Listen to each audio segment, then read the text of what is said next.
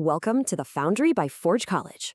All right, so today we're grabbing those raw debug reports we generated in our last lesson, the ones from debugging interdependency issues, and we're using them as the raw materials to architect a much better machine. Because let's be real here, frantically duct taping smart contract bugs at 2 a.m. on a Tuesday, that's absolutely no way to live. Think of this explainer as your bridge from just spotting problems to actually building permanent solutions. We're moving way beyond just finding what went wrong and learning how to design out the mere possibility of those errors ever happening again. Here's the blueprint for today's explainer. We're moving systematically from the chaos of isolated bugs to a prioritized, actionable capstone plan. We'll start with moving from bugs to blueprints, establish a new machine metaphor, synthesize a few real-world debug reports, introduce a prioritization workflow, and wrap up with your capstone action plan. Okay, let's just dive right into it. Section 1. From bugs to blueprints. We are officially transitioning from the exhausting, honestly maddening work of fixing isolated bugs to the far more satisfying job of architecting system-wide improvements. Up until now, a reproducible debug report was an endpoint, right? Today, we start treating it as just a single data point. Let's establish exactly what we're doing here. Synthesis is the process of converting scattered integration findings into prioritized, actionable guidance for system design changes. Instead of constantly reacting to errors as they pop up and ruin your day, synthesis means we aggregate those root causes and actively look for patterns. It's like, if you're constantly bailing water out of a sinking ship, synthesis is that critical moment where you actually stop desperately patching holes in wet wood, bring the boat into dry dock, and redesign the hole so it stops leaking in the first place. We're moving from reactive survival to proactive engineering. Section 2. The machine metaphor. To do this synthesis effectively, we really need a strong mental model. We have to start treating our smart contracts like interlocking modules in a physical, mechanical machine. So every single module you build exposes interfaces, enforces invariants, and consumes resources. When you combine different contract patterns, you have to evaluate them across 3 distinct mechanical dimensions to see exactly where the gears might grind against each other. First up, interface compatibility. Do the plugs actually fit together? Think of this like traveling internationally. If you try jamming a European plug directly into an American electrical outlet, things don't just fail quietly. Sparks literally fly. Second, we look at invariant overlap. Are 2 gears trying to occupy the exact same physical space? In software, this is like 2 different programs aggressively fighting over the exact same piece of data memory, both assuming they have exclusive control. And third, resource contention. Is there enough gas in the tank? You could design the most beautiful, hyper-efficient engine in the entire world, but if it drains the fuel tank in 3 seconds flat, it's completely useless on the road. Now you might be wondering, how does this metaphor actually help us analyze real-world bugs? Well, the crucial point here is that framing bugs as mechanical failures drastically reduces your cognitive load.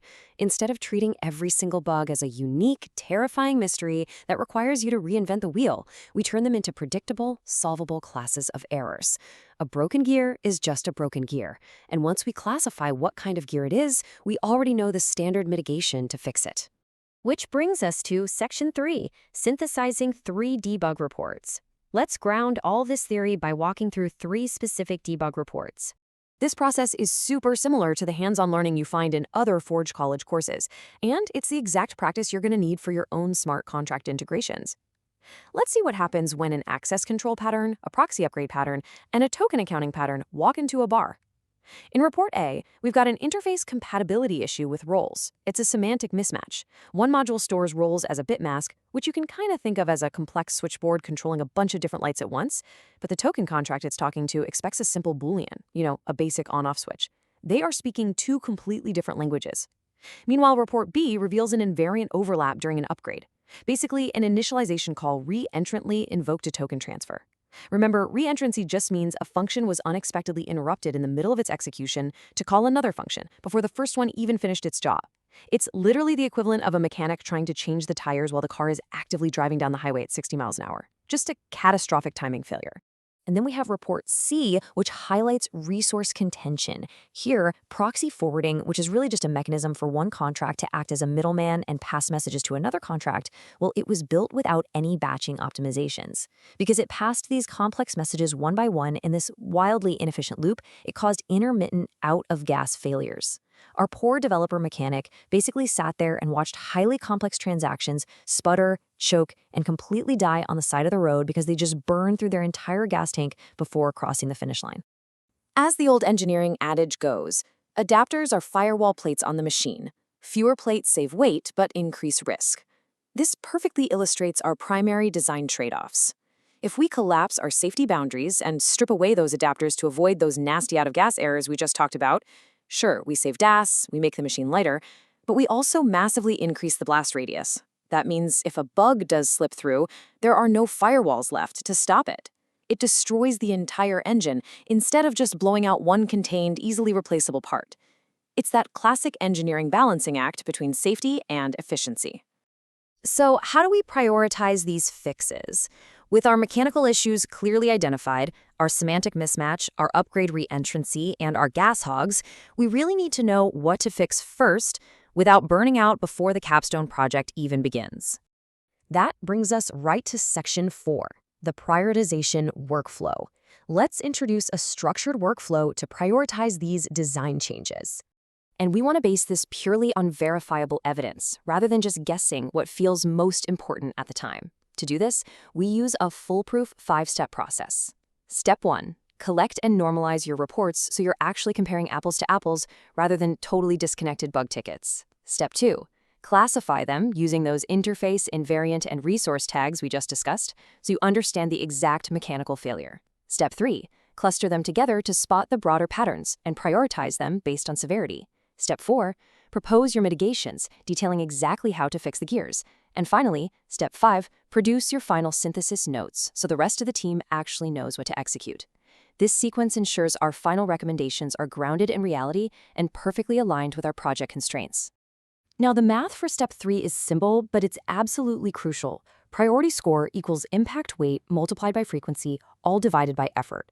You simply weigh the impact, like say major safety risks or severe gas costs, against the actual engineering effort required to build the fix. For example, a terrifying bug that could drain millions of dollars but only requires a quick one-line code fix, that gets absolute top priority. You do that today. On the flip side, a bug that causes a minor text glitch on the front end but takes 3 full months of grueling architectural rewrites, yeah, that goes straight to the bottom of the pile. The result of all this math is a prioritized action list, where root causes are linked directly to proposed mitigations. If we look at the breakdown, say we have a cluster of bugs stemming from missing initialization guards during an upgrade lifecycle. We propose a mitigation like initialize only flags and mark it as a high priority because the security impact is massive but the effort is really low. Right below it, that interface semantic mismatch we discussed earlier, that requires building a custom access control adapter. Because it takes more effort and doesn't pose an immediate security threat, it gets marked as a medium priority. It's clean, it's logical, and honestly, it takes all the emotion entirely out of debugging. Finally, we reach Section 5, your capstone action plan. We must convert this theoretical synthesis into your practical, real-world execution plan.